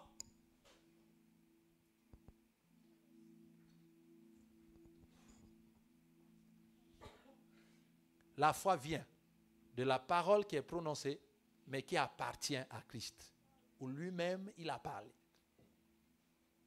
Ça veut dire que si tu es dans un endroit, ou bien on se donne la foule de prédicateurs qui ne vivent pas la vie de l'esprit, Dieu aura du mal à parler à travers eux. Ils vont nous faire des prédications de la parole de Dieu dans laquelle il n'y aura aucune parole de Christ. Parce que le Christ parle par le Saint-Esprit. Or, le prédicateur n'a pas le Saint-Esprit. Il y a des gens qui passent toute leur vie dans des églises, on les bombarde que de la parole de Dieu. Ils sont saturés de la parole de Dieu, mais il n'y a pas de puissance. Parce que Christ ne parle pas à travers. Parce que les canaux ne sont pas pleins ou baptisés dans l'esprit. Ne marchent pas par l'esprit ou ne vivent pas par l'esprit. Ils vivent dans la chair. Donc ils n'ont que la version première. Hein? Version B0, la Bible. Il n'y a pas version 0,1, où l'esprit commence à parler. Il faut qu'on s'accorde dans ce début d'année. La foi, quand tu vas dire j'ai la foi, là, ça vient de la parole de Christ. Dieu parle par les prédications, par la louange, par la prière. Dans tous les cas, Dieu parle. Là où l'Esprit de Dieu est, là où les gens sont remplis du Saint-Esprit, là où les gens sont nés de nouveau. C'est-à-dire ils sont nés de nouveau, le Saint-Esprit est là. Si on n'est pas né de nouveau, l'Esprit n'est pas là. Mais la parole de Dieu est là. Parce que la parole de Dieu aussi est remplie de bons conseils. Quand on l'applique, ça marche. C'est rempli de principes. Quand on applique ces principes, ça marche. La parole de Dieu dit donner la dîme. Quand tu donnes, ça marche. Derrière, il y a un principe. On dit respecter les parents. Quand tu respectes, ça marche. Derrière, il y a un principe. Ça, c'est la parole de Dieu. Mais la parole de Christ, c'est la parole que Dieu t'adresse aujourd'hui qui va te faire booster, te sortir des problèmes dans lesquels tu es. Qu'est-ce que Dieu est en train de te dire au moment où je parle? Par rapport à la foi, par rapport à comment tu vas appliquer. Qu'est-ce que tu as entendu? C'est là la puissance. Et c'est ce que tu as entendu là qui amène la foi. Et c'est là-dedans. Or, la foi, c'est-à-dire que Dieu te fait visualiser les choses. Tu as la connaissance de ce que Dieu a dit. Et avec cette connaissance-là, tu peux maintenant faire une démonstration de ce qu'on ne voit pas. En fait, les autres ne voient pas. Mais toi, tu as vu parce que tu as entendu Dieu parler. Donc, dans ta tête, c'est clair, tu vois clairement la chose. Et tu peux maintenant démontrer ce que les gens ne voient pas parce que tu es le seul à voir. Puisque Dieu t'a révélé. Tu as eu la rématos est rentrée en toi. Et donc, tu as la vision, tu as la connaissance et tu commences à marcher en fonction de cette connaissance, à avoir l'attitude qu'il faut, les pensées qu'il faut. Tu adaptes toute ta vie, ton langage, tes pensées, tes émotions, tes sentiments, ton attitude, ta façon d'être est adaptée à ce que tu as reçu de Dieu qui a mené la foi. Et la foi te donne la force, l'assurance de pouvoir continuer à avoir un comportement pendant que les gens se moquent de toi autour. Alors que toi-même, tu ne vois rien. Physiquement, tu ne vois rien. Personne ne voit rien. Mais tu as entendu Dieu parler. Tu as entendu la rématos de Dieu qui est rentrée en toi et qui t'a montré. Et cela a mené la foi, donc la capacité d'avoir l'assurance basée sur rien, si ce n'est la parole. C'est là la foi. La foi te donne la capacité d'être assuré que la chose va se faire alors que tu n'as aucun soubassement sur lequel te poser. Mais en fait, le soubassement, c'est rématos. C'est ça le soubassement. Or, la réma que tu as reçue, personne ne l'a écouté. Et personne ne l'a reçue. Parce que chacun de nous a sa parole du Christ dans tout le message.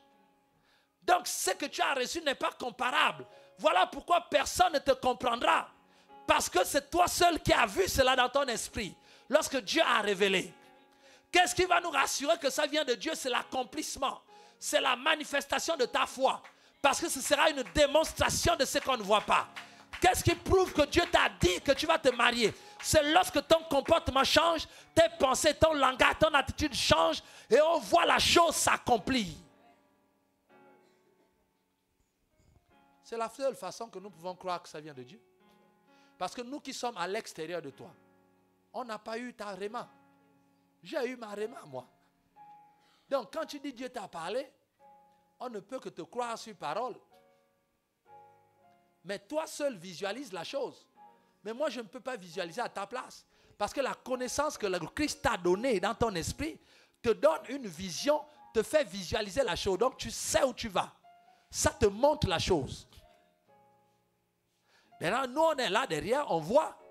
Si vraiment Dieu t'a parlé, est-ce que ton comportement a changé?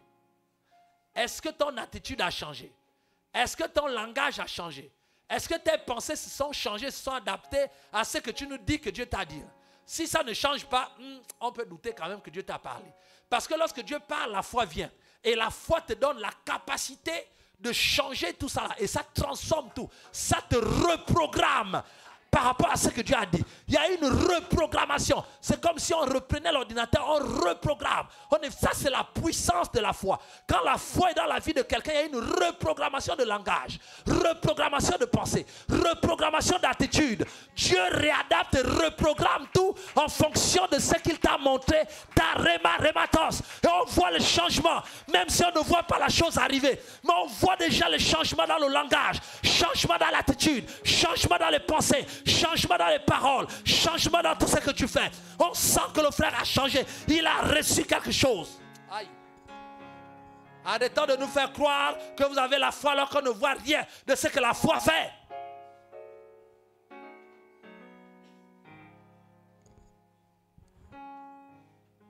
Tu ne peux pas dire que tu as la foi, que Dieu t'a parlé dans ce message du mariage. Et quand on te pose des questions sur le mariage, tu dis, ah, pasteur, je ne sais pas. Vraiment, je suis en train d'attendre. On verra si Dieu veut faire, Dieu va faire. Et tu dis que tu as la foi. Mais la foi reprogramme ton langage. La foi te donne la vision, ça te reprogramme totalement. Et quand on te regarde, tu dis, ben, même quand le pasteur avait dit, viens, on va prier, tu dis, pasteur, c'est bon. C'est déjà fait. Pasteur, occupez-vous des autres. Moi, je sens que c'est réglé. Le Seigneur m'a parlé, c'est déjà fait. Rien que cette attitude, je dis, moi-même, je dis, il y a la foi quelque part là. Ça, c'est le comportement de la foi. Quand ça vient, c'est souvent comme ça. Ceux qui ont l'habitude de vivre par la foi savent reconnaître la foi chez les autres. On connaît le langage de la foi. On connaît l'attitude de la foi. On connaît le comportement de la foi. Les pensées de la foi. Quand la foi arrive, c'est totalement, tu changes totalement. C'est plus les histoires. Oui, on ne sait pas, pasteur, on va voir, vraiment prier pour moi. Depuis que vous avez prophétisé, là, je ne vois rien. Ceci, Seigneur, le temps passe. Seigneur, comment on va faire? Ça, ce n'est pas la foi. Ça, c'est une preuve que ce n'est pas la foi.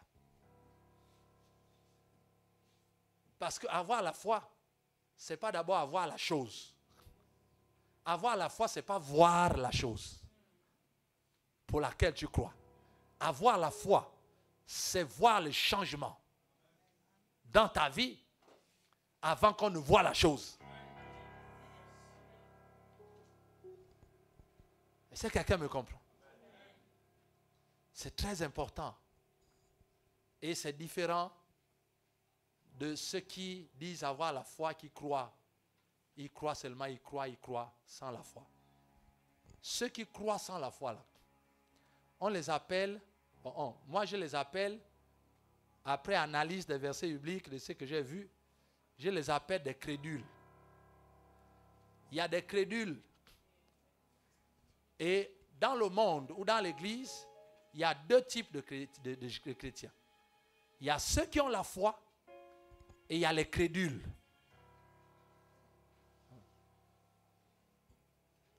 Qui se confondent, et ça se confond à la fois. Quand on dit que quelqu'un est crédule, c'est une personne qui a une confiance excessive et naïve. C'est-à-dire qu'il fait confiance d'une manière excessive. Même là, il ne faut pas faire confiance. Il dit que je crois, non, c'est bon. Il dit que mais c'est bon comment? Non, je crois. Mais tu crois comment? Non, mais c'est bon. En fait, c'est ça quoi, c'est bon. Et on dit que mais lui là, il est naïf. C'est-à-dire qu'il est crédule. Et beaucoup de chrétiens confondent la crédulité à la foi. Et c'est ça notre problème. Ce premier dimanche de 2024, je voulais poser les bases. Ne confondez pas la crédulité à la foi. Le fait d'être crédule, le fait d'avoir une confiance excessive et naïve. On dit pourquoi tu crois? Ah mais parce qu'on a dit qu'il faut croire. Et comme le pasteur a dit que l'année là va être une année de bonheur, et donc moi je crois, hein, en tout cas, je sais que quand le pasteur dit souvent ça arrive, mon frère il faut croire. Ça, ce sont les crédules. Confiance excessive et naïve. Et beaucoup pensent que c'est ça la foi. Quand on dit, mon frère, que dès que tu poses seulement une question un peu polémique, vous pensez que, est-ce que Dieu est obligé de donner le mariage? Ah, mon frère, il faut croire seulement. Croire seulement. crois seulement. Avec Dieu, on ne boude pas. On ne lutte pas. J'ai seulement demandé que, est-ce que Dieu aussi donne les mariages? Répondez-moi. Est-ce que c'est non? Non, non, non. Il faut croire. Hein? Toi, tu doutes. Tu as l'incrédulité. Et je te dis, les incrédules iront en enfer. Et ceci, machin. Dieu a dit, crois seulement. Et tu verras la gloire de Dieu. Donc, il faut croire. Tu verras la gloire de Dieu. Mais croire en quoi? Et Dieu aussi donne les mariages. Je veux savoir. Et ça, c'est une affaire d'abord de croire. Hein? Confiance excessive. Vous voulez seulement que je croie comme ça sur rien. Parce que bon, tout le monde à l'église fait ça, c'est comme ça. Donc on croit. Hein?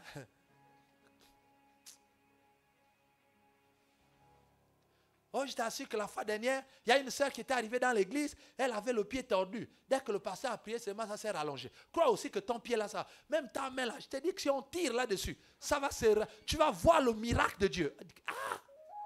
Ma main sèche là, on tire ça. Il dit que non, on avait vu le pasteur avait tiré le pied de l'autre. Ça marche toi aussi aujourd'hui. On va chercher l'infirme, on l'amène à l'église, dit que aujourd'hui, dès que le pasteur dit venez devant, tu pars.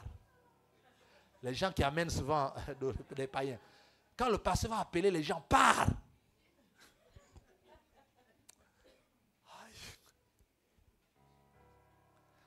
Les naïfs. Voilà pourquoi quand le monde nous regarde, et même les scientifiques qui sont habitués au raisonnement, les philosophes, ils se demandent mais qu'est-ce qui se passe? Mais ces gens-là, ils ont un problème. Dès que tu poses une petite question, c'est fini. Une pluie de malédiction sur toi. Machin, ceux qui s'opposent à Dieu, ils verront ce que Dieu veut. Dieu a dit, quand il se lève, personne, ses ennemis sont dispersés. Celui qui se... il est écrit que la pierre sur laquelle quelqu'un tombe est brisée. Si elle tombe sur toi, tu es écrasé. On ne blague pas avec Dieu. Notre Dieu est aussi un feu dévorant. Fais attention avec tes questions-là. Hé frère.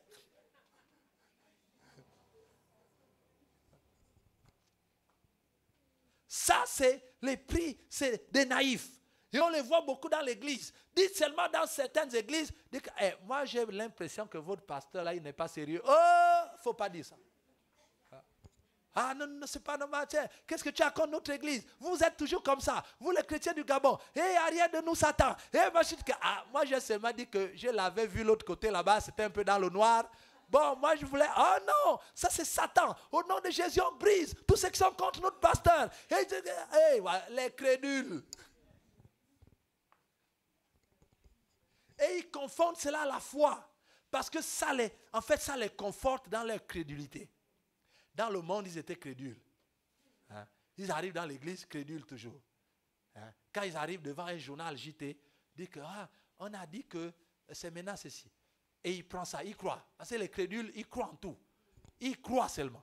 Voilà pourquoi Dieu a dit que la foi, ce n'est pas croire en tout. Ils croient en tout. J'ai vu à la télé, on a dit que désormais, c'est maintenant comme ça. Dis, comment tu es sûr? C'est passé à la télé. Aïe. Tu es sûr que ta propre télé que tu as achetée là peut te dire que la vérité? Non, ils ont dit ça à la télé. Là, on ne sait jamais. Ils ont dit ça à la télé. Ils ont dit, les crédules. Donc quand il arrive, c'est le même comportement. Il ne vérifie pas les choses, mais il croit seulement.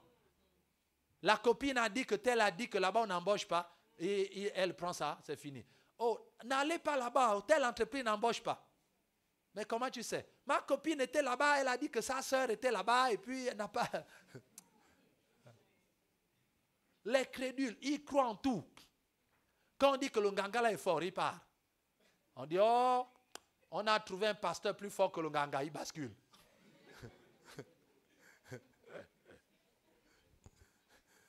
Les crédules, ils croient en tout.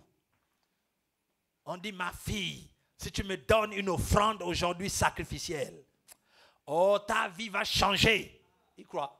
Elle croit. Amen, papa, amen. Quand on dit, ma fille, depuis que tu m'as croisée, tu ne seras plus jamais la même. Il est trop tard. Depuis que tu m'as vu ce matin, tu es déjà béni. Ah bon? Donc, depuis que je suis né jusqu'à ce matin, j'étais quoi? Parce qu'avant que je ne vienne dans l'église, que je ne vois le pasteur là, j'avais déjà la maison, j'avais déjà la voiture, j'étais marié, père des enfants. Mais le pasteur me dit que dès que tu m'as vu aujourd'hui, tu es déjà béni. Mais avant que je ne te vois, avant j'étais comment? Tu vois les chrétiens? Amen, amen. Reçois, je reçois. Hey. les crédules de l'Église. Où la foi n'est basée, la confiance, la croyance n'est basée sur rien que sur les émotions et les sentiments. Quand ils écoutent un pasteur qui parle très fort, avec assurance, là, je vous dis, dès ce matin, personne ne pourra repartir sans être béni. Je vous dis, personne va croiser. Et à partir de maintenant, ma soeur, il transpire, enlève la sueur. C'est même pas lui. Il y a un fils spirituel qui est là seulement avec la grosse serviette. Il vient, lève là, on sent que là, c'est l'homme de Dieu. Il est en train de trembler, de transpirer. Je vous dis aujourd'hui, il y a des gens qui sont influencés par ça. Il n'y a rien, il n'y a que la force de la voix. Et tout le mimétisme qui est là, les gens amènent la salle en effervescence. Mais qu'est-ce qu'il a dit? Il a dit seulement qu'aujourd'hui vous allez être bénis. En fait, toute la prédication, c'était seulement ça. Il a ajouté les sauts. Il a ajouté la voix rock, la voix forte, la voix ceci, les variantes, soprano, ténor, alto. Il a tout mis dedans. Les gens sont... La salle en effervescence. Oui, est-ce que vous croyez? Nous croyons que celui qui croit reçoit. Je reçois. Tout le monde est là. À la fin, vous croyez en quoi? On a dit quoi? Soyez bénis. D'accord. Quand on finit le message, tout le monde est surchauffé. Les gens rentrent chez eux. Ça fait du bien aux émotions. Parce que ça fait longtemps qu'on est allé dans les bars pour se défouler. Le pasteur nous a donné quand même une occasion. On s'est chauffé. Ah oui.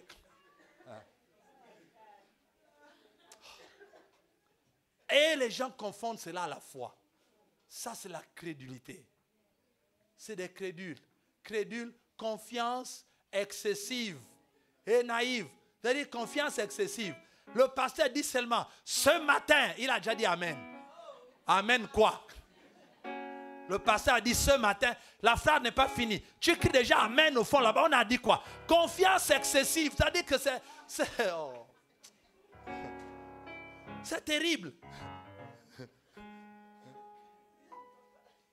C'est terrible. Confiance excessive et naïve. Et naïveté, ça veut dire une confiance et une simplicité. C'est-à-dire que c'est faire confiance mélangée à une simplicité. Et cette simplicité est liée à l'ignorance ou à l'inexpérience. Donc, du coup, les crédules, ce sont des gens qui ont une confiance excessive et qui est basée sur leur ignorance et leur inexpérience de Dieu, pour parler de l'Église. Quand quelqu'un est ignorant de Dieu et il n'a pas d'expérience avec Dieu, il est crédule. Tout ce qu'on lui dit, il croit. Si on dit Dieu, on prie maintenant en haut, c'est bon. On prie en bas, c'est bon. Tout ce qu'on va lui dire, il croit. Pourquoi? Parce qu'il fait confiance. En fait, il ne peut pas critiquer, il ne peut pas savoir ce qui est bon ou pas bon, parce qu'il est ignorant et inexpérimenté. Aucune expérience avec Dieu et aucune connaissance de Dieu. Donc, ces deux tares-là, ces deux manquements-là, amènent les gens à croire à tout. Puisqu'il n'a pas la capacité de juger, de savoir si c'est la foi ou pas. Qu'il ne connaît pas Dieu. Donc du coup, quand quelqu'un dit Dieu est là, il croit. Puisqu'il ne sait pas quand Dieu est quelque part. Il n'a aucune expérience de quand Dieu est quelque part. L'atmosphère de la présence de Dieu. Inexpérimenté. Aucune connaissance dans la parole. Il ne lit pas la Bible pour savoir comment la présence de Dieu se manifeste. Donc, pas de connaissance, pas d'expérience. Amène à une crédulité que ces gens de chrétiens confondent à la foi. Ils pensent qu'ils ont la foi. Mais en fait, c'est parce qu'ils ne connaissent rien. Ils sont obligés de croire à tout.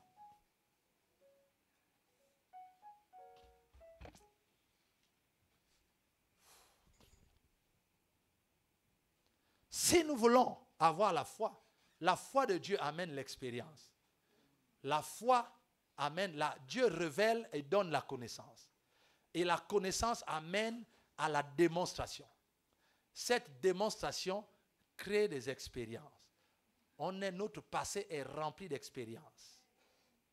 Et on sait reconnaître la présence de Dieu. Parce que Dieu nous parle, parce que nous sommes liés à sa parole et parce que nous sommes nés de nouveau.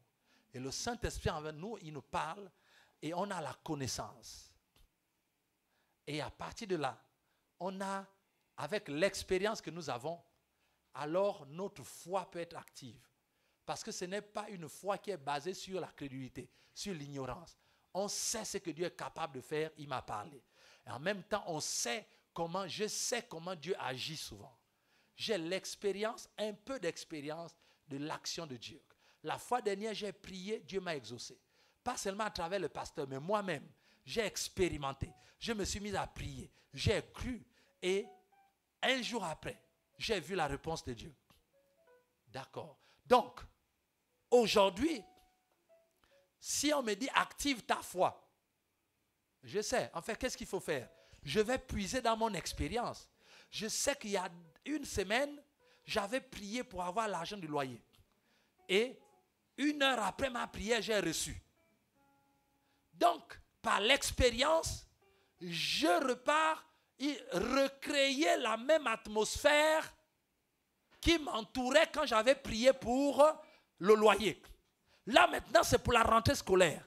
J'ai dit, bon, pour que ma foi soit active, la fois dernière, je m'étais mis à genoux, j'avais tout oublié. Et je m'étais concentré sur la parole de Dieu. J'avais cité rien que la parole de Dieu. Et vraiment, je m'étais lâché en vérité et devant Dieu. Dieu m'a exaucé. Ah, là maintenant, la rentrée scolaire, je recrée la même atmosphère. Je repars devant la présence de Dieu, je mets à genoux, je prie, j'oublie tous les problèmes, je mets la parole de Dieu devant et je penche mon cœur devant Dieu, je pleure devant Dieu, je déclare devant Dieu. Et je prie comme j'avais prié pour le loyer. Je reproduis l'atmosphère de l'expérience pour que ma foi soit active. Parce que j'ai l'expérience. Dieu m'a déjà exaucé une fois. Donc je peux analyser les effets et refaire la même chose. Donc quand je dis que j'ai la foi que Dieu va faire, je me base sur quoi? Sur la connaissance qui est Dieu et sur qu'est-ce que Dieu a fait avec moi. Si Dieu m'a guéri alors que j'étais mourant, et je sais que Dieu m'a appelé, je suis fils de Dieu, et Dieu habite en moi, il est mon sauveur, il est ceci, il est cela. Il m'a révélé que je ne mourrai pas sans avoir fait ça. Et mélanger, cette connaissance mélangée à mon expérience, je sais qu'en 2024, Dieu va faire. Je ne serai pas un pasteur comme j'ai été en 2023. Je vais aller dans les hauteurs, je vais aller dans les sommets, parce que je sais. Donc, je crois, j'ai la foi que c'est possible. Toi, c'est sur quoi?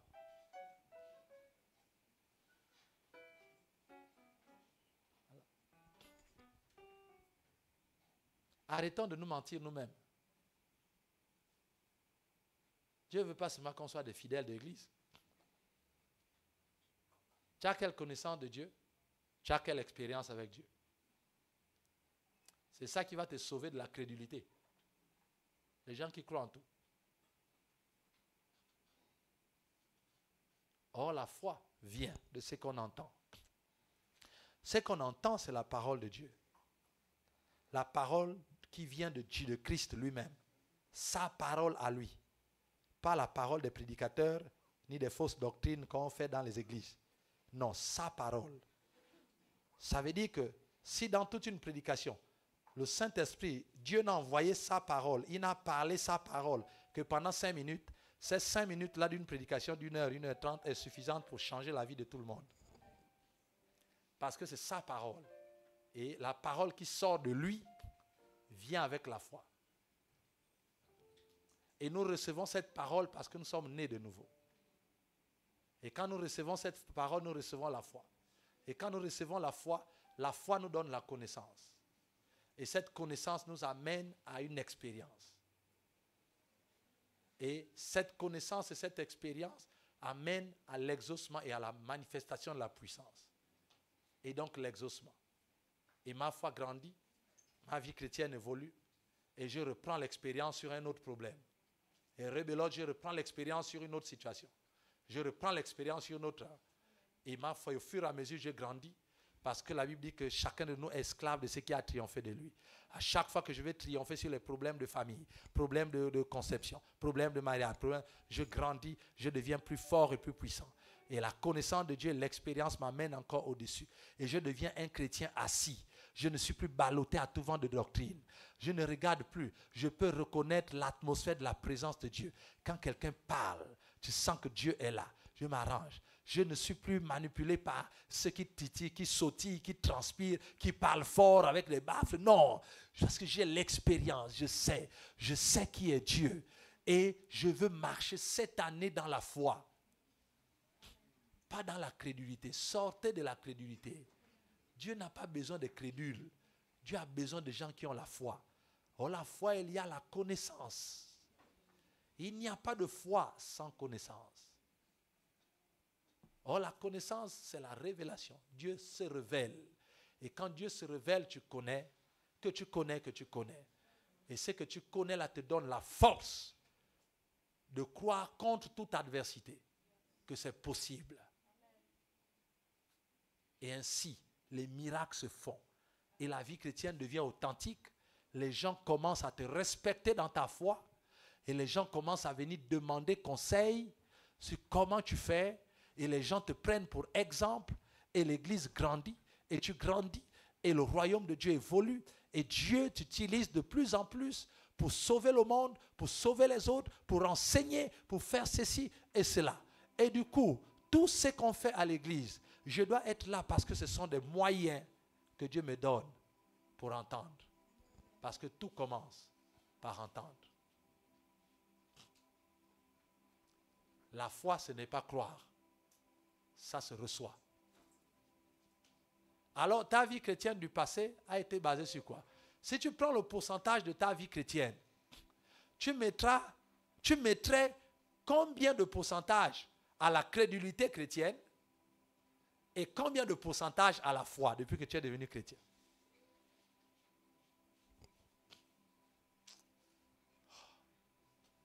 Je te laisse le temps de faire les pourcentages pour que tu saches où tu es. Est-ce que ta vie chrétienne, c'est 80% de crédulité et 20% de foi? Ou bien 99% de crédulité? On croit des choses sur lesquelles on n'a aucune connaissance. Parce que toute l'église dit ça, et Dieu dit, le pasteur dit ça, la Bible dit ça. Ou bien, on a la connaissance. C'est ça qui fait la séparation au niveau de l'exaucement. Dieu exauce la foi. Dieu n'exauce pas les croyances et les crédulités des gens. Tu peux croire que Dieu guérit les gens. Mais si tu n'as pas la foi que Dieu guérit, il n'y aura pas de guérison. Est-ce que quelqu'un comprend la nuance? Wow. C'est très important. Beaucoup de chrétiens sont malades, sont frustrés. On se demande, on est dans la confusion totale. Parce qu'on dit, mais Seigneur, pourtant je crois. Non. En fait, ce que tu crois là, en fait, tu es crédule. Mais tu n'as pas la foi. Parce que tu crois là sur rien. C'est la douleur qui te fait croire que Dieu va changer. Tu n'as rien entendu. Est-ce que quelqu'un peut se lever? On va prier.